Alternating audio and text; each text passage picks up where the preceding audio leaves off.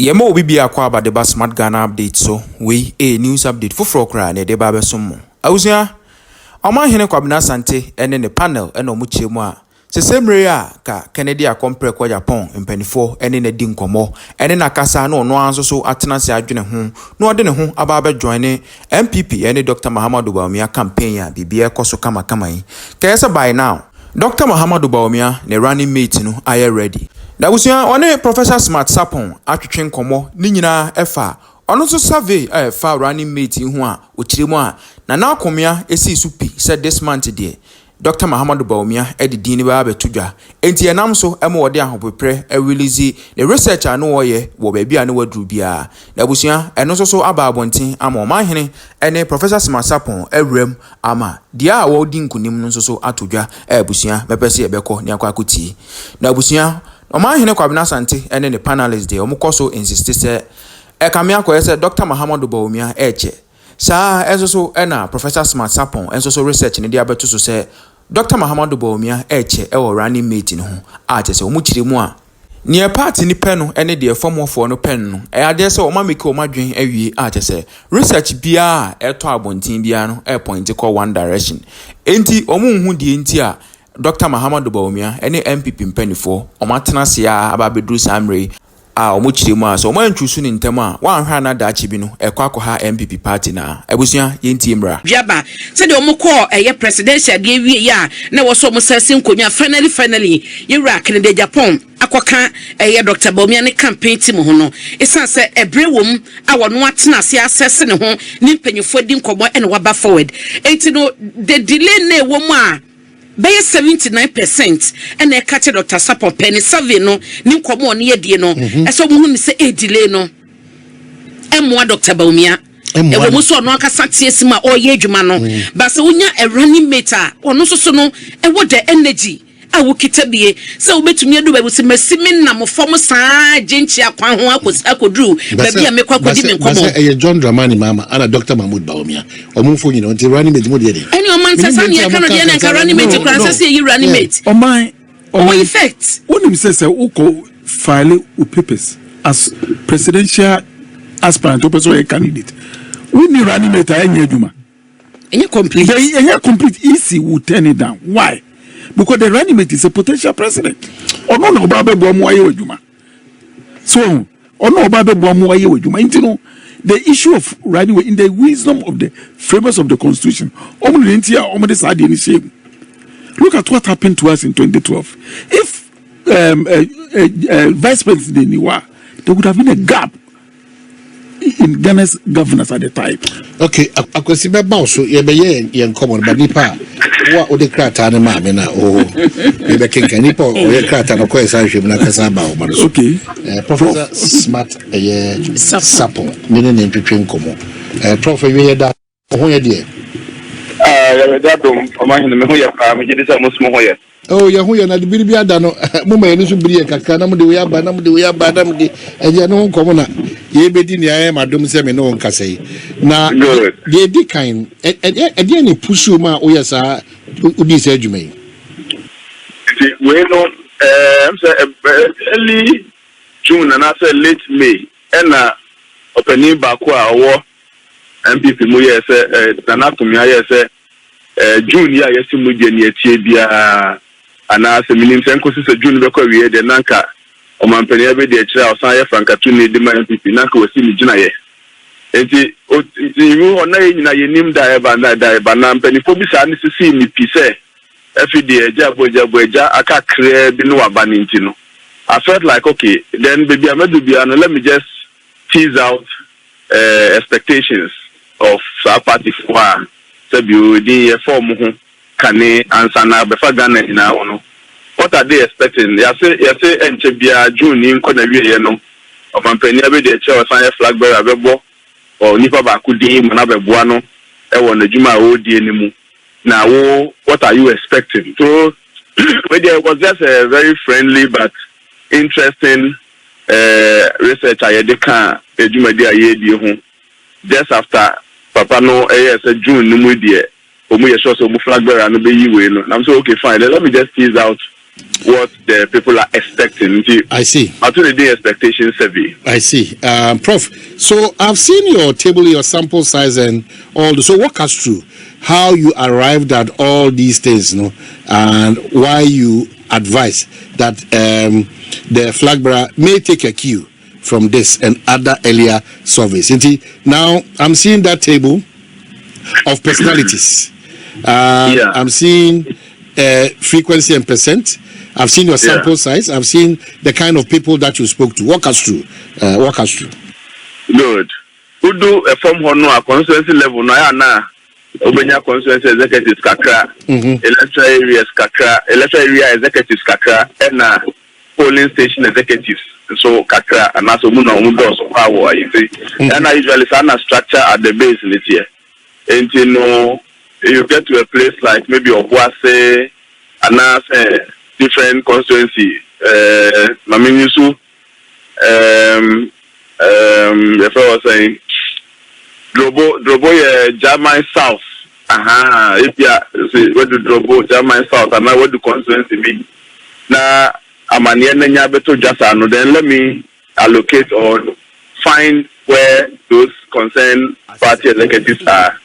That's the end to train community. We're a friendly community in the constituencies are. Metimi mu totaling 61 no in binomu constituency executives ni binomu kasa so electoral area coordinators and binomu so police station executives na say na make no we just expectation survey you use convenience sampling ya strict sampling earlier research aba ya titi bi am discuss bi no na omushada kofa sample frame no strict because that one was a nationwide omushada prepare because I was going to NIBD no near day we adapted the convenience sampling executive via you so executive are you willing to share with us your expectations no we took that na interesting ebinum ntimi modin ebinum so bodin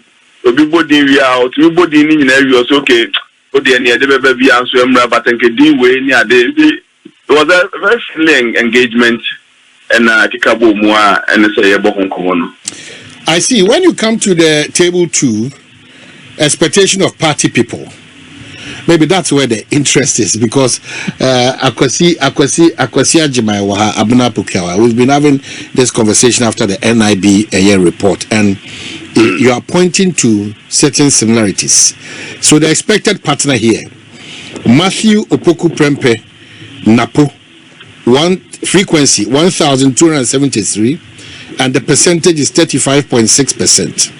Right. Dr. Yawaduchum 517, 14.5%. Dr. Henry Kokofu 372, 10.4%. Apostle Professor Opoku Onyina 233, 8.5%. Chief of Staff Frema Opare 154, 4.3. Any Choice 958, 26.8. And the total 3577, that's giving us 100%.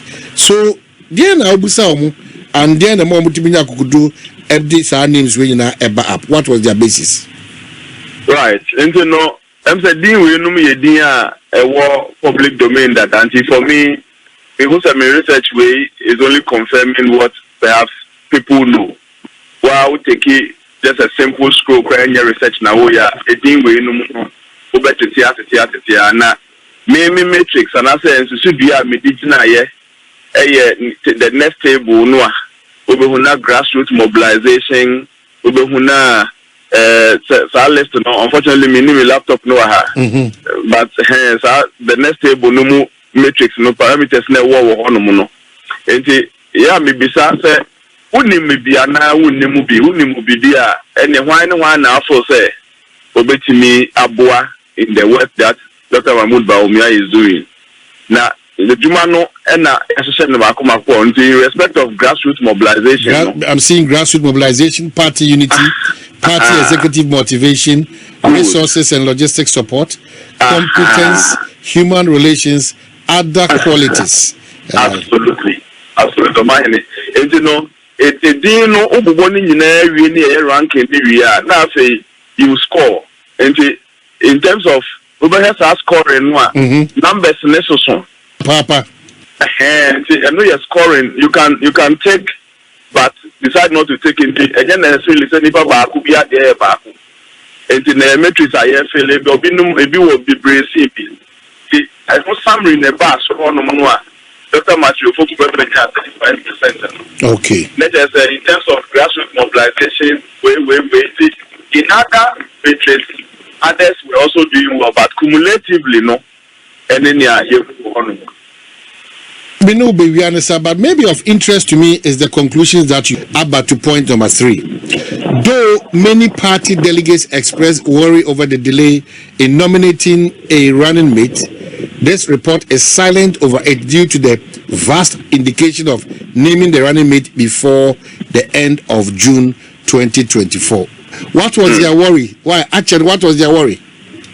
79% of the 3,000 plus I spoke to, 79% of them were actually worried over the delay.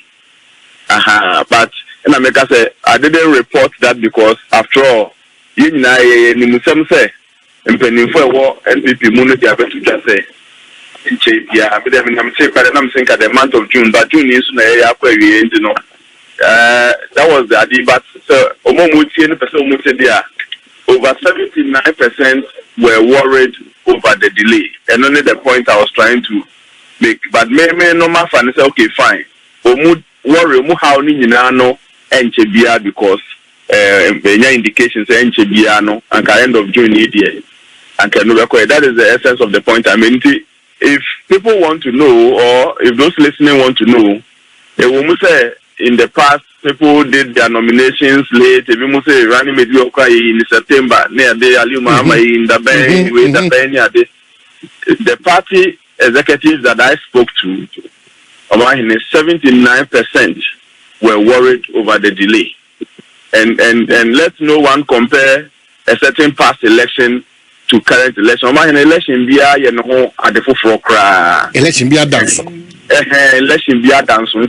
In fact, the most experienced campaign manager no is not guaranteed a victory due to dynamics biya election for biya at the back.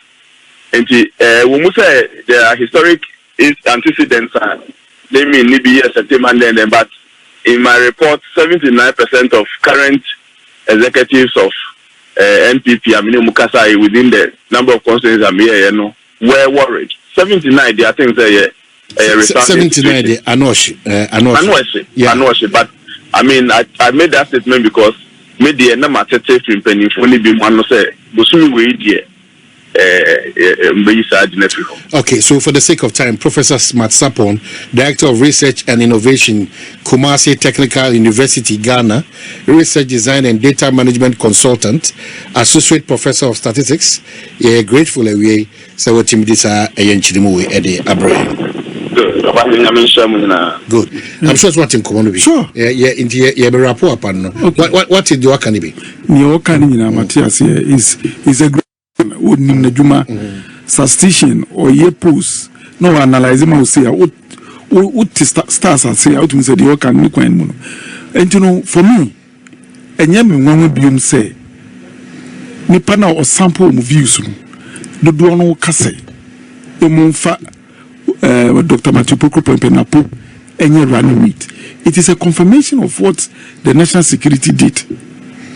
It's a confirmation because if grassroots for now on form the grassroots campaign do na kase assume sina mo fanembra if you say oba ebebuaya a party na make decision officers at the base not at the top. This time I'm happy say MP phone him, MMDC's phone him, national officers the real grassroots the real no and yet top it is a candia well it's a confirmation. So for me who say post about from last week who komodie when the pandits kasa analysis near konumina no ama eduma no aye tricky kakra ama the flag bearer Dr. Bawaumia bi say be impo why na dwen say bia mesisa mu ebe di enkofo ekeka ko enye no a sisi enkofo akoye steady credible one or the abeto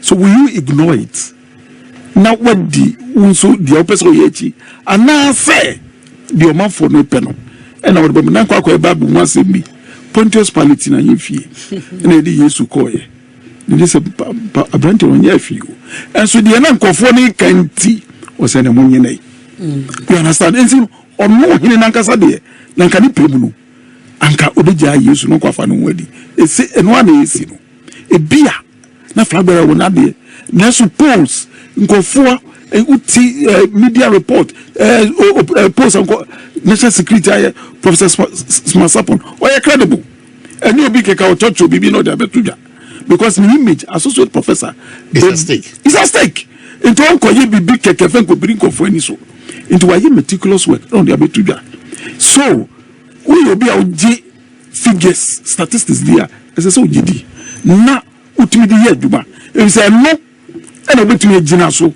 e dey case na mum enye nyewo wadwen sometimes presumptions can be good but if you are not careful you miss it. If you say and we are saying no science and data and a drive you as